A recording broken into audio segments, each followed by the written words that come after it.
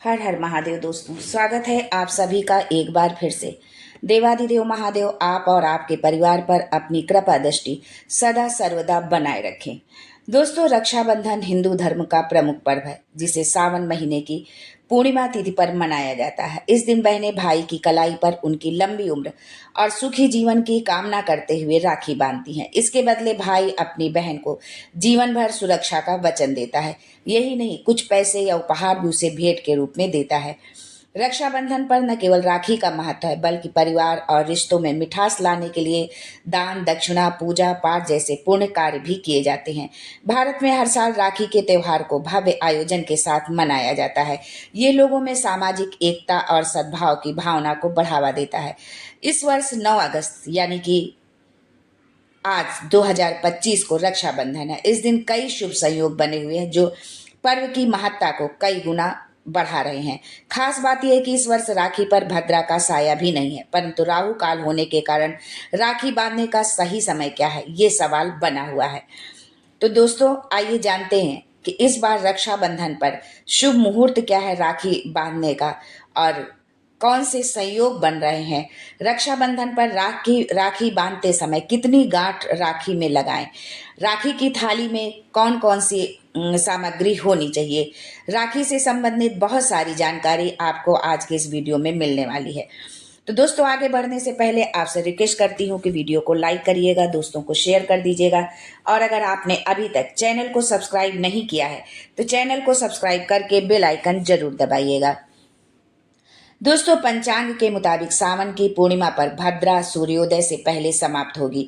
ये 8 अगस्त को दोपहर 2:12 से शुरू होकर अगले दिन सुबह 1:52 पर समाप्त होगी। चूंकि इस दिन सूर्योदय सुबह 5:47 पर होगा, इसलिए रक्षाबंधन के पवित्र त्योहार पर भद्रा का साया मान्य नहीं होगा। ज्योतिषियों के मुताबिक रक्षाबंधन पर राहु काल सुबह 9:07 से 10:47 तक रहने वाला है। ऐसे में आप इस अवधि में भाई को राखी बांधने से बचें। धार्मिक मान्यताओं के अनुसार राहु काल में कोई भी नया और शुभ काम नहीं करना चाहिए, ये उचित नहीं होता है। रक्षाबंधन पर राखी बांधने का शुभ मुहूर्त सुबह 5:47 से शुरू होगा। ये मुहूर्त इस दिन दोपहर के 1:24 तक बना रहेगा, परंतु बीच की अवधि में सुबह 9 बजे से लेके 7:47 तक राहु काल है। इसलिए आप इस समय को छोड़कर अपने भाई को आप राखी बांध सकती हैं। इस बार राखी पर सर्वार्थ सिद्ध योग बना हुआ है जो सुबह 5:47 से दोपहर 2:23 तक रहेगा। इसके अलावा सौभाग्य योग का संयोग होने से पर्व की महत्ता अधिक बढ़ गई है। ये प्रातः काल से लेकर 10 अगस्त को तड़के 2:15 तक है। वहीं शोभन योग 10 अगस्त को तड़के 2:15 पर रहेगा। ब्रह्म मुहूर्त सुबह 4:22 से 5:04 तक रहेगा। अभिजीत मुहूर्त 12:17 से 12:53 तक रहेगा। अमृत काल पूरे दिन रहने वाला है। रक्षाबंधन पर चौघड़िया मुहूर्त है। लाभ काल है प्रातः 10:15 से 12 बजे तक। अमृत काल है दोपहर 1:30 बजे से लेके 3 बजे तक और चर काल का समय है 4:30 बजे से लेके 6 बजे तक, शाम को 6 बजे तक। दोस्तों, अब जानते हैं कि राखी की थाली पर कौन कौन सी सामग्री होनी चाहिए। सबसे पहले राखी की थाली, एक खाली थाली आप ले लें, शुद्ध साफ हो। इसके लिए आप थाली सोने, कांसे, पीतल, तांबा आदि की ले सकते हैं। इसके बाद इसके ऊपर पीले, गुलाबी या फिर लाल रंग का कपड़ा आप बिछा लें। जो भी कपड़ा आपके पास उपलब्ध हो उस कपड़े को बिछा लें। अब थाली में थोड़ा सा अक्षत यानी बिना टूटा हुआ चावल रखें। आप चाहे तो इसमें थोड़ी सी हल्दी मिला सकते हैं, इससे आपको सुख समृद्धि की प्राप्ति की हो सकती है। कुमकुम या केसर किसी भी धार्मिक काम में कुमकुम या सिंदूर का इस्तेमाल अवश्य किया जाता है। धार्मिक मान्यताओं के अनुसार किसी भी काम को आरंभ करने से पहले माथे में तिलक लगाने से शुभ फलों की प्राप्ति होती है। इसके साथ ही इसे मान सम्मान का प्रतीक भी माना जाता है। हिंदू धर्म में घी का दीपक जलाना काफी शुभ माना जाता है। इससे सकारात्मक ऊर्जा का संचार होने के साथ साथ सुख, समृद्धि, शांति और खुशहाली आती है। इस दिन बहनें अगर भाई की दीपक जलाकर आरती करती हैं तो भाई को दीर्घायु, स्वास्थ्य और समृद्धि का आशीर्वाद मिलता है। थाली में मिठाई रखें, इसे खुशी और मिठास का प्रतीक माना जाता है। इसके साथ ही इसे शुभता, प्रेम और तृप्ति से जोड़कर देखा जाता है। बहनें भाई को राखी बांधने के साथ मिठाई खिलाती हैं। इससे भाई के जीवन में मधुरता, सफलता और संतुलन का आशीर्वाद मिलता है। राखी की थाली में एक नारियल अवश्य रखें। श्रीफल को माँ लक्ष्मी का प्रतीक माना जाता है।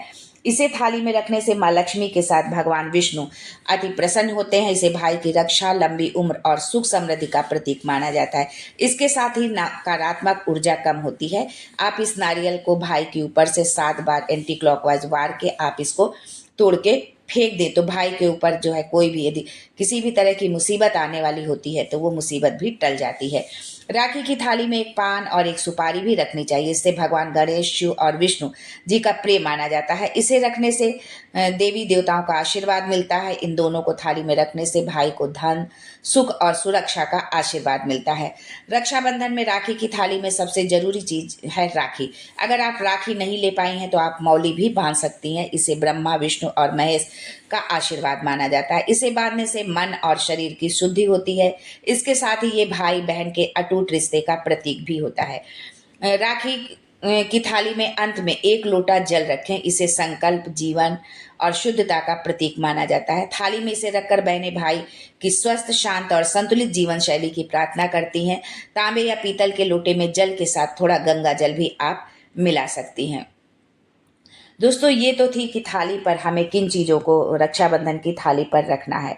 आप अगर कोई राखी आप जो भी आप बांध रही हैं, लेकिन कच्चे सूत की राखी बांधना आप बिल्कुल भी मत भूलिए। एक अकेली राखी आपको जो पसंद में हो या आपको लगता है कि मैं हमारे भाई को ये पसंद आएगा तो आप वो बांधिए, लेकिन आप जो है कच्चे सूत की राखी आप जरूर बांधिए, क्योंकि वही जो मेन राखी होती है वही होती है कच्चे सूत वाली। तो हमें कच्चे सूत की राखी को अपने थाली पर जरूर रखना है और उसे अपने भाई की कलाई पर जरूर बांधना है। दोस्तों, अब आगे जानते हैं कि राखी पर हमें कितनी गांठ लगानी चाहिए और हर एक गांठ का क्या महत्व होता है, क्या किस बात का वो प्रतीक होता है, आगे जानते हैं। दोस्तों, हर कार्य का एक नियम होता है, उसी तरह राखी बांधने का भी अपना एक नियम है कि हम कैसे राखी बांधें, किस दिशा में बैठें, किस दिशा में अपने भाई को बैठा लें, ये सब भी जानना बहुत जरूरी होता है। तो सावन पूर्णिमा में बहन प्रेम के बंधन का कच्चा धागा भाई की कलाई पर बांधती है। राखी में 3 गांठ लगाना शुभ माना जाता है। पहली गांठ भाई की लंबी आयु, दूसरी गांठ स्वयं की लंबी आयु और तीसरी गांठ रिश्तों में मिठास के लिए होती है।